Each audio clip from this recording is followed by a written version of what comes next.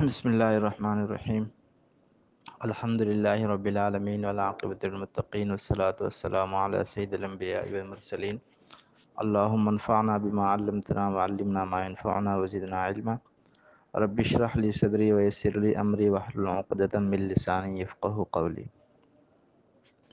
سورۃ البلد، جس کا حل کل ہم نے آغاز کیا تھا اور ابتدائی 9 آیات کا ترجمہ ہم نے پڑھ لیا تھا،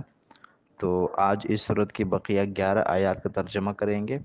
اور ان آیات کا ترجمہ مکمل ہو جانے کے بعد اگر کچھ وقت بچتا ہے تو پھر اس میں ہم ابتدائی آیات کی تفسیر بھی بیان کریں گے۔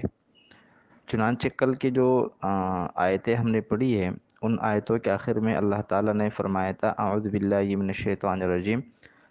کہ الم نجعل لہ عینین ولسانا وشفتین وہدیناہ النجدین۔ ان 3 آیت کے اندر اللہ تعالیٰ نے اپنے مختلف انعامات کا ذکر کیا تھا کہ کیا ہم نے انسان کی آنکھیں نہیں بنائی، کیا ہم نے اس کے لیے زبان اور ہونٹ پیدا نہیں کیے، اور کیا ہم نے اسے اچھے برے کی تمیز کرنے کے لیے 2 راستے نہیں دکھائے۔ تو آگے اللہ فرما رہے فَلَقَتَحَمَ الْعَقَبَةَ، پھر بھی وہ داخل نہیں ہوا العقبہ، گھاٹی میں، یعنی وہ انسان اتنی نعمتوں کے باوجود بھی اس گھاٹی میں داخل نہیں ہوا۔ وما ادراک ما العقبہ، اور آپ کو معلوم ہے گھاٹی کیا ہے؟ یعنی پچھلی آیت میں بتایا گیا کہ انسان اتنی نعمتوں کے باوجود بھی گھاٹی میں داخل نہیں ہوا، تو اب اگلی آیت میں اللہ کے نبی سے سوال ہے کہ آپ کو معلوم بھی ہے کہ گھاٹی کیا چیز ہے؟ تو اگلی آیات میں اللہ تعالیٰ نے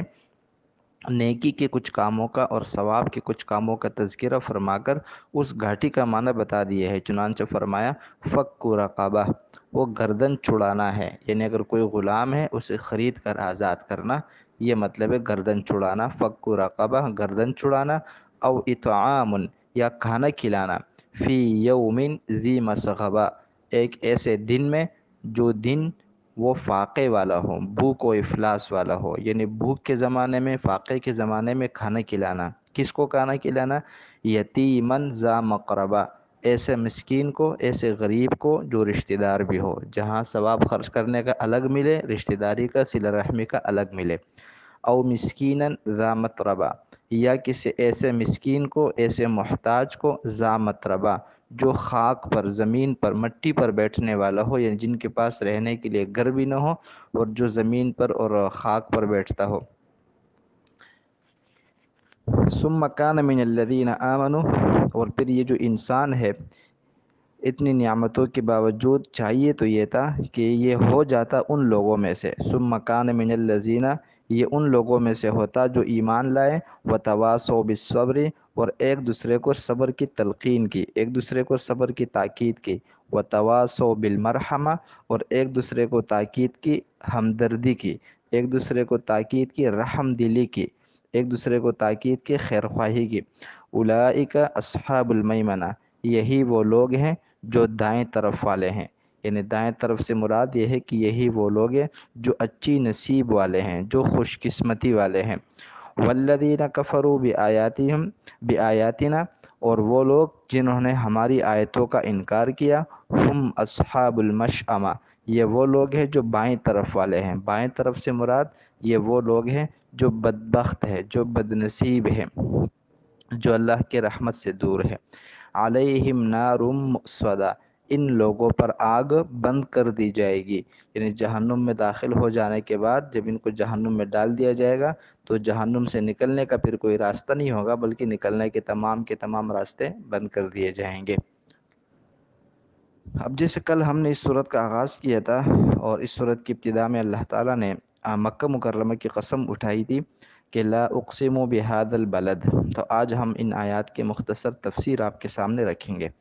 چنانچہ پہلی آیت میں اللہ نے فرمایا لا اقسم بہذا البلد وانت حل بہذا البلد۔ لا جو شروع میں ہے یہ ویسے تو نفی کے لیے آتا ہے کسی بات کی، لیکن فرماتے ہیں کہ یہاں پر جو لا ہے یہ یہاں پر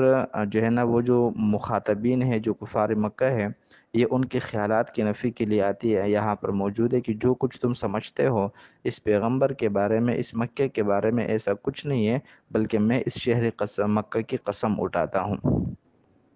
اللہ تعالیٰ کی عادت مبارکہ ہے کہ جو اللہ تعالیٰ ہر اس چیز کی قسم اٹھاتے ہیں جس کی عظمت اور جس کا مقام اور مرتبہ اللہ کے نظر میں زیادہ ہوتا ہے، تو یہاں پر اللہ تعالیٰ نے جو مکہ کی قسم اٹھائی ہے، تو مکہ کی قسم اٹھانا اس کی افضلیت کو، اس کی عظمت اور شرافت کو ظاہر کرنے کے لیے ہے۔ اور اس کی وجہ یہ ہے کہ مکہ مکرمہ دنیا کے تمام شہروں کے مقابلے میں زیادہ عظمت والا بھی ہے، زیادہ شرافت والا اور زیادہ فضیلت والا بھی ہے۔ وہاں اللہ کا گھر بیت اللہ موجود ہے، اسی طریقے سے وہاں پر حج و عمرے کی عبادت ہوتی ہیں، اسی طریقے سے وہاں پر خانہ کعبہ موجود ہے، اسی طریقے سے وہ مسلمانوں کا قبلہ بھی ہے، اسی طریقے سے وہاں پر آب زمزم ہے، اسی طرح وہاں پر حجر اسود ہے جو جنت کا پتھر ہے، اور سب سے بڑھ کر یہ ہے کہ وہاں پر نبی کریم صلی اللہ علیہ وسلم مدفون ہیں۔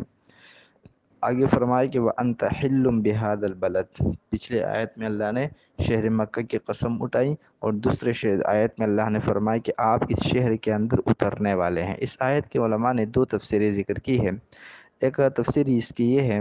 کہ یہ جو مکہ مکرمہ ہے یہ خود بھی قابل احترام ہے اور خود بھی عظمت والی جگہ ہے، وَأَنْتَ حِلٌّ بِهَذَا الْبَلَدِ، اور پھر صورتحال یہ ہے اس وقت کہ آپ بھی اس مکے کے اندر مقیم ہیں، تو آپ کے یہاں پر ہونے نے بھی اس مکے کی عظمت اور شرافت اور اس کے مقام اور مرتبے کو چار چاند لگا دیے ہیں، اور آپ کے ہونے نے، آپ کے وجود نے اس مکے کی عظمت کو بڑھا دیے ہیں۔ جبکہ دوسرا مطلب اس کا یہ ہے کہ وَأَنْتَ حِلٌّ بِهَذَا الْبَلَدِ، کہ آپ اس مکے کے اندر حلال ہیں۔ مطلب اس کا کفار مکہ کے جو حرکتیں تھیں، جو آپ علیہ الصلوۃ والسلام کو نعوذ باللہ مکہ مکرمہ کے اندر شہید کرنے کی، آپ کو گرفتار کرنے کی سازشیں کرتے تھے، تو اللہ تعالیٰ نے ان کے اوپر تردید فرمائی ہے، رد فرمائے ہیں کہ خود تو یہ لوگ مکہ مکرمہ میں جانور کے شکار کو بھی حرام سمجھتے ہیں، خود ان کے نظروں میں تو مکہ مکرمہ کا بڑا مقام ہے، اور یہاں پر قتل و غارت کو ناجائز اور مطلب جو ہے گناہ سمجھتے ہیں، لیکن آپ علیہ الصلوۃ والسلام کو تکلیف پہنچانا، آپ کو شہید کرنے کی سازشیں کرنا، یہ ان کے نظر میں کوئی اہمیت نہیں رکھتا۔ جبکہ دوسرا مطلب یا تیسرا مطلب اس کا یہ ہو جائے گا کہ وَأَنْتَ حِلٌّ بِهَذَا الْبَلَدِ، اس مکے کے اندر آپ کے لیے کچھ وقت کے اندر قتل و غارت کو اور کسی کے قتل کو حلال قرار دیا گیا ہے۔ یہ فتح مکہ کے موقع پر ہوا تھا، جب آپ علیہ الصلوۃ والسلام کے لیے دن کے کچھ مخصوص اوقات کے اندر اپنے جو لوگ اسلام کے دشمن تھے اور جن کی وجہ سے اسلام کو بہت نقصان پہنچا تھا، تو ویسے تو حدود حرم میں کسی کو قتل کرنا جائز نہیں ہے، لیکن اس موقع پر خصوصاً آپ علیہ الصلوۃ والسلام کو یہ اجازت دی گئی تھی کہ آپ ان لوگوں کو قتل کر سکتے ہیں۔ تو اس صورت میں اس کا مطلب یہ ہے کہ یہ مکہ مکرمہ آپ کے لیے حلال کیا گیا ہے۔ اللہ تعالیٰ کا ارشاد گرامی ہے وَوَالِدٍ وَمَا وَلَدَ، اور قسم ہے والد کی اور اس کی اولاد کی۔ اس آیت مبارکہ میں دو چیزوں کی قسم اٹھائی گئی ہیں، والد کی اور اولاد کی۔ والد سے مراد یا تو حضرت آدم علیہ السلام ہے، اور ولد سے مراد تمام کے تمام انسان ہیں۔ جبکہ بعض مفسرین فرماتے ہیں کہ والد سے مراد حضرت ابراہیم علیہ السلام ہے، اور ولد سے مراد وہ تمام پیغمبر ہیں جو ان کی اولاد میں آئے ہیں، خاص کر محمد صلی اللہ علیہ وسلم۔ جبکہ بعض مفسرین فرماتے ہیں کہ یہاں کسی قسم کی خصوصیت اور کسی قسم کی تخصیص کی ضرورت نہیں ہے، بلکہ والد سے مراد دنیا کا ہر والد ہے، اور ولد سے مراد اس کی اولاد ہے۔ پہلے شہر مکہ کی قسم اٹھائی گئی، اس کے بعد والد اور اس کے اولاد کی قسم اٹھائی گئی۔ آگے اللہ تعالیٰ فرماتے لَقَدْ خَلَقْنَا الْإِنسَانَ فِي كَبَدٍ، کہ ہم نے انسان کو بڑی مشقت میں پیدا کیا ہے۔ انسان کی مشقت میں پیدا ہونے کا کیا مطلب ہے؟ تو ایک مطلب تو یہ ہے کہ مشقت کے اندر ہونا، تکلیف کے اندر ہونا، یہ انسان کی فطرت میں داخل ہے۔ چنانچہ حمل کی ابتدا سے لے کر جب یہ اپنے ماں کے پیٹ میں ہوتا ہے تو بھی مشقت، پھر جب یہ دنیا میں آتا ہے ولادت کے وقت پھر بھی مشقت، پھر جب اس کے دودھ پینے کا زمانہ ہوتا ہے پھر بھی مشقت، اور جب اس کا دودھ چھڑایا جاتا ہے تو بھی مشقت، اور پھر جب یہ کمانے کے قابل ہوتا ہے تو پھر ساری زندگی اپنے معاش، اپنے آمدنی اور اپنی ضروریات زندگی پورا کرنے کی مشقت، پھر اس کے بعد بڑھاپا شروع ہوتا ہے تو اس کی مشقت، پھر موت کی مشقت، اور پھر قبر کی مشقت، پھر میدان محشر کی مشقت۔ تو اس لیے فرمایا کہ انسان کو ہم نے بڑی مشقت میں پیدا کیا ہے۔ اب یہاں سوال یہ ہے کہ اوپر اللہ نے قسم اٹھائی مکہ مکرمہ کی، اولاد کی اور اس کے والد کی، اور اس کے بعد اللہ نے انسان کی مشقت کا ذکر کیا ہے، تو اس کی وجہ بڑے واضح ہیں۔ مکہ مکرمہ بھی مشقتوں والا شہر ہے، اور اسی طریقے سے وہاں ریگستان ہیں، وہاں بڑے بڑے پہاڑیاں ہیں، وہاں ریگستان ہے، وہاں پر جو ہے نا وہ جانے کے لیے ظاہر سی بات ہے پہلے زمانے میں بڑی مشقتیں اٹھائی جاتی تھی سفر کے حوالے سے۔ اسی طریقے سے وہاں کا موسم جو ہے وہ گرمی کے اعتبار سے بڑا سخت ہے، تو مکہ مکرمہ بھی سختیوں والا شہر ہے، اور انسان بھی مشقت اور سختی کے اندر پیدا ہوا ہے، اس لیے ان میں مناسبت موجود ہے۔ آگے اللہ نے فرمایا اَيَحْسَبُ الْإِنسَانُ أَن لَّن يَقْدِرَ عَلَيْهِ أَحَدٌ، کیا انسان یہ خیال کرتا ہے کہ کوئی اس پر قابو نہیں پا سکے گا؟ اس آیت کے اندر اللہ تعالیٰ نے قیامت کے جو منکرین ہیں اور جو غافل قسم کے انسان ہے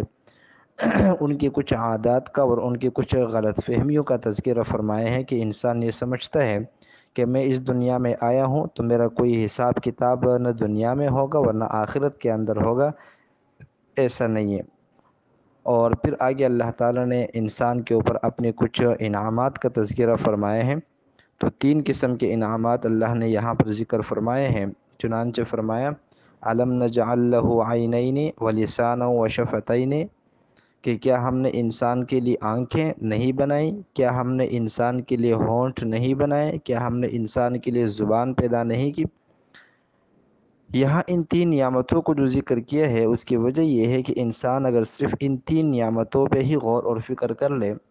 تو اسے آخرت کا عقیدہ بھی سمجھ میں آ جائے گا، اور آخرت کے عقیدے پر وہ ایمان بھی لے آئے گا۔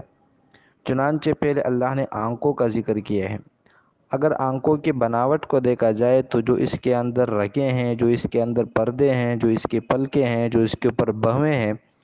تو صرف ان چیزوں پر اگر غور کیا جائے تو انسان بہت کچھ سمجھ سکتا ہے۔